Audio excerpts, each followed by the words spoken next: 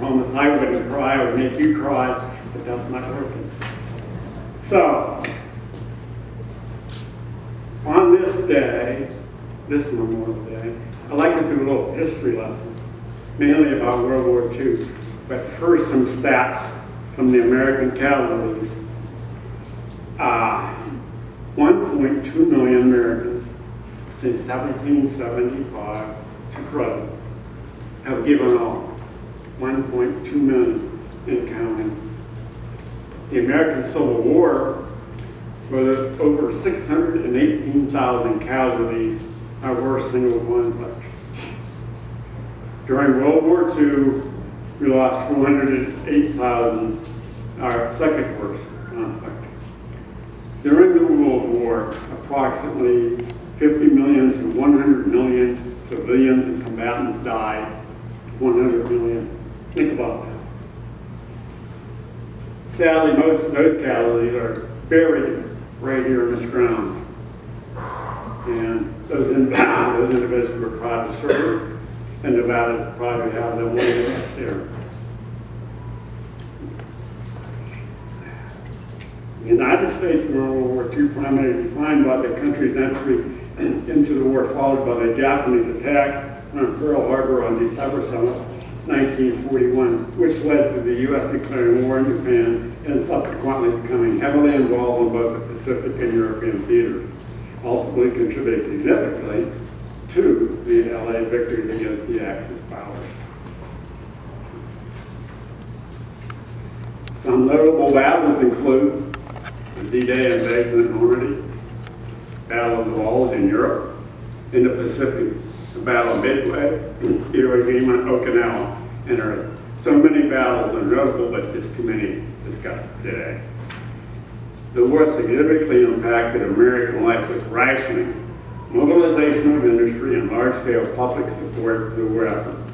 In 1945, we, along with our Allied forces, were able to beat Germany, and the U.S. dropped atomic bombs on Hiroshima and Nagasaki in Japan, which led to the nation's surrender and the end of World War II. Now I'd like to tell a brief story. On May 8, 1945, the war came to an end in Europe, and that was 80 years ago. 80 years this month. In May of 2016, I had written a story about a World War II combat medic and posted it on Facebook. A few days later, on May 29, 2016, a story appeared in the Argentine newspaper. The story was about a former POW, and his name was Vince Shank. Now, Vince Shank was liberated from the infamous Stalag 7A, and that was on April 30th, 1945. Now, the combat medic that I had initially written the story about was also from that same POW camp. So I knew I wanted to meet Vince, so I got to meet him, and as I was becoming very acquainted with him and talking to him about his experience as a prisoner of war, he told me that there were 3 other people living here in Las Vegas that were from that same POW camp. Carl Newsom and Dean Whitaker. What a great privilege it was for me to meet and talk with these great patriots.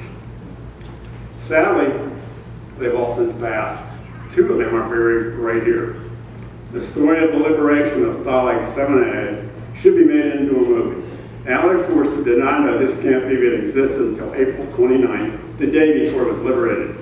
When the camp was liberated, there were 27,000 Americans. The entire camp contained, though, 110,000 prisoners of war from 37 nations.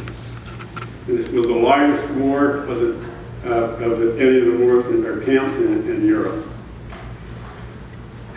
Suddenly, I'm serious about it made it a movie, but then I'm biased. Now, as I was writing all of this, I have to show you this. This is Vince Shank. This is the article. And then the other 3 men I got to meet all 3 of them. What a privilege. and to be able to talk with them about their experiences